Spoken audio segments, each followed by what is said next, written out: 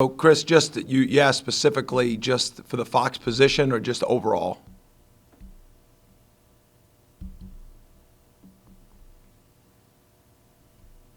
Specifically Fox, but in general too, just you have a lot of versatility Yeah, I don't want to overstate or understate what practice would have been, right? But we're at a point now that it doesn't really matter, right? It is what it was as far as the three practices on the field. But between the skill development process we've had here in the last few times together, or when we had first arrived, there's still a lot of information, and our job is just to take the information that we have, make the best decisions to put these guys in the right places. And now as we start to apply it a little bit more in fall camp, there might be a little bit more movement than would have taken place in fall camp if not. But, that's on us as teachers, right? So I think we've got enough pieces at end and Fox. There's some interchangeable parts. I think Janarius Robinson and Joshua Kando are both interchangeable. Pieces under them are a little bit more static on either side. There's some flexibility underneath them as well. But we're going to try to get both those pieces in the best situation we can to their skill set, and then obviously build the depth below them so that they can do what they do the best. And so there's still some questions at the position, but we've got in our mind as far as the pieces, how they're going to fit, where they're going to fit. Now it's just about really zeroing in on what they're the best at the most. And we've tried to teach in concepts so that it was easy to understand. And we were very mindful as we build it on other concepts, what went down a road that was too different. And we tried to get that back into a streamlined way to teach and learn so we could get these guys playing fast.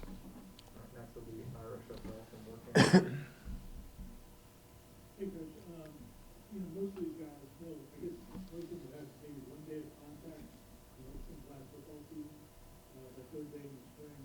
Is there any way to adjust for that, or you just look at it, it is what it is? Will it change how you guys go to camp versus the physicality? Yeah, well, the rules, Ira, really tell you when you can start contact. So it's not like, well, we missed some days, so we got to pick those up. The first 2 days are what they are, and then we'll get into it. But we'll operate this camp, and I'm sure Mike went into it. We'll operate this camp like we've traditionally operated a camp, and just be mindful of where we're at as a team. But obviously physicality is a necessity in our sport, and again, there's tape from the past, there's current evaluations happening all the time, but there's going to be no way around that. The game's still about space, creating it and taking it away, whether it's running or whether it's moving people. So we're going to have the ability. There's sled work, there's other things that you can use, but at the end of the day, it's still about contact on contact. And making sure that the right technique. But as you said, the toughness, the grit that it takes to play this sport on that contact is going to be something we're going to have to go through. And we're not going to overdo it, but we're going to do it enough that we feel confident going into week one that we have a tough-minded football team. Hey, how's it going, Coach? Coach Norvell talked about how important cross-training is all the time. I'd say probably even more important this year just because of the uncertainty surrounding everything.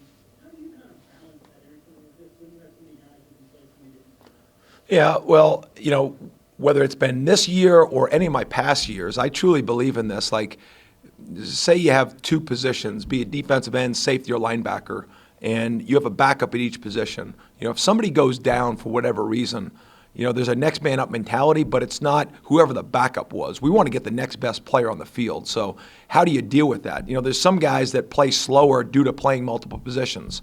So now you make a decision right there. Do we got to simplify things when he's in, or do we get creative in how we can teach him? But I'm more into big picture teaching so that if you do get injuries or you develop packages to be flexible, you can get the next player in, the next best football player, not just the next guy on the depth chart. So, it's happened in the past, where you've moved a corner to safety, where you've moved a stud backer inside in the box or a end to tackle, and I think that's just something you have to be willing to do, and you have to be confident enough in your teaching that you can get the best 11 on the field as often as possible, right? It's never going to be perfect, but we're very willing as a staff defensively to make sure that we're coaching in that way. When guys got to change rooms from DB to linebacker, linebacker to D-line, that becomes a bigger conversation just because of time in and investment into learning. But within the rooms, it's definitely something that we do. And there's packages of defense that you're always trying to get your best players on the field, but also try to look ahead that if we were to develop this position better than that position, receive injuries, guys are out for a certain amount of time, we're not going to wave the white flag. Like, we're going to put ourselves in position to be the best we can be with the 11 we got to put on the field. I know that sounds like a broad answer, but that's really how we try to put it together. Next will be Pat Burnham from the Osceola.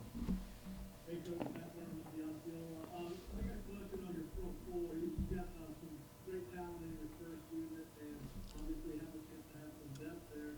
How excited are you about the work of that group, and also being relatively young in the secondary as a linebacker outside of Hampton and Dayton? Does that offer you any advantages as a coach, being experienced up front? Yeah, well, a lot in that question. Just start up front. I think we've got two of the best D-line coaches in the country, and Coach Hagens and Coach JP. I think, and they're unselfish, great teachers. Really looking forward to them developing that group, and we do. We've got some depth, but we've got some unproven depth too. I mean, we have guys that we think have a certain level that they can play at, that we need to get them to play to that level. So. There's guys that have really good production, but at the end of the day, the ball's going to get snapped, and we're going to be some type of defensive front. And I know what I want it to look like, what we want it to look like. We want to be an aggressive attack mindset up front, and we want to be very unpredictable. We want to be a vertical get-off front, but we're not going to stand there, right? We're going to move around. We're going to make sure that we allow those guys to be playmakers, they're not just going to eat up blocks. And so our job is get them in one-on-ones, so that can happen by offenses just making those decisions, or we can try and make sure that we're lining them up or post-snap moving them in a way that they can make plays and be impactful players, in our defense, because it starts with them, And as far as just the linebackers and secondary, I think there's a good mixture of guys that have played and guys that have some youth. I think that's always helpful on a team. But at the end of the day, just because you've played doesn't mean you're good enough. We've got a long way to go in the back seven. We got a long way to go as a defense. But I've seen the willingness to work and learn, and I think that's what you're looking for right now. And our goal is to make sure that we're improving every day. And it's not to be perfect; it's just to get better. And that's easier said than done, but that's really got to be the mindset. But I do feel. I am excited about the group that we have at all three levels of our defense, but there's a lot of work to be done. Next will be Matt Marshall from Orlando. Thanks, Coach, for doing this. How, obviously it's been a great time in the last 4 months. How much of that kind of adversity has been senior leaders take step up? The key guys have taken a larger leadership role during this, everything going on. How excited do you think that will help you guys out moving into this? Yeah, virtual leaders, right, is a different terminology now, but I think we see it in families too. Even though you're separated, it's like somebody's got to take the flag and kind of plant it and run with it. So I think we saw some of that. I think where you saw that a lot was maybe in these off-season workouts. It was hard because some people are telling them, "Hey, don't get together." Some people tell them, "Hey, get together." And as a coach, as a mentor, as a father figure, you're trying to give them the most educated advice, but it's a little bit confusing as a coach too to really tell them what's right and what's wrong from an organization standpoint and how to lead. But it comes back to what is leadership. Leadership is showing it in actions consistently. And I think we've had some guys that have done that. I'm very cautious in putting guys in front of the defense and the team to say, this is your leader. Because I think the players know before coaches know. And my job is just to make sure that if we are going to put people in front of the defense and say, this is who I want you to follow, this is whose words matter, then I think I'm always going to be a day late than a day early with that, because it's still about actions, and you want that to happen. You want to lead these players as a coaching staff through your actions and trying to teach them and educate them along the way of this is what it looks like. This is how you should react in this situation.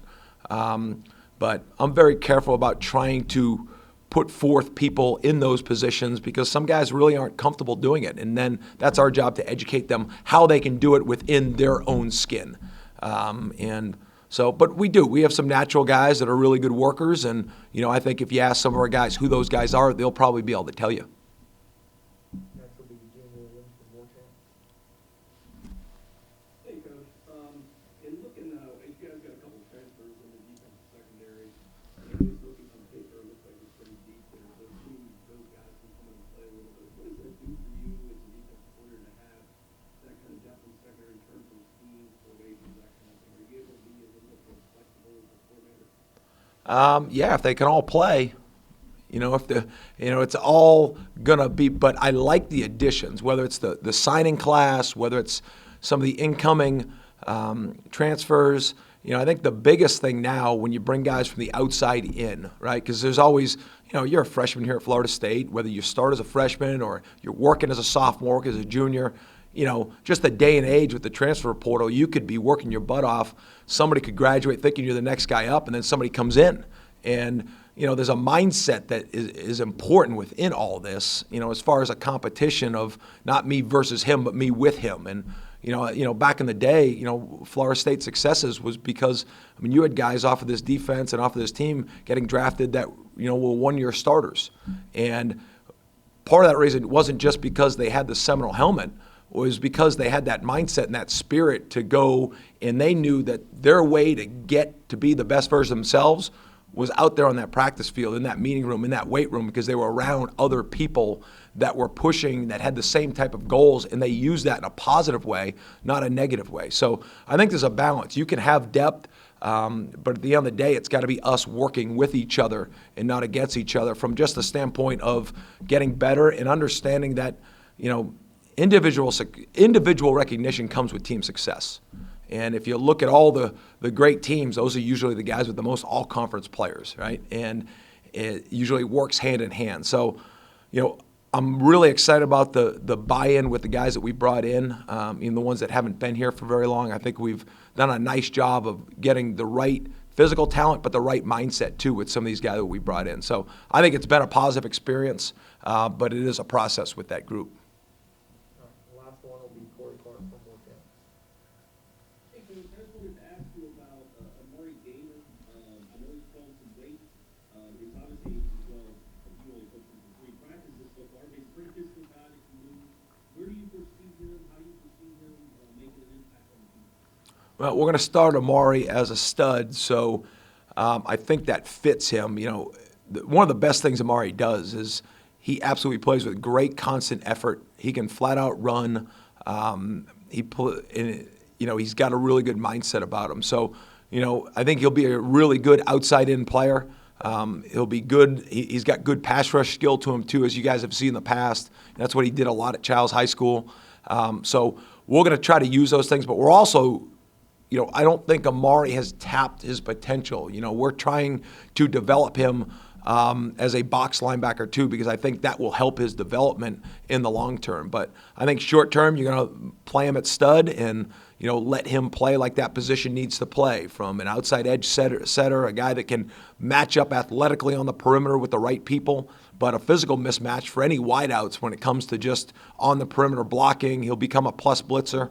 He's a guy that I think we can match up on third down too. So, we're excited about Amari's development, and he's shown the commitment.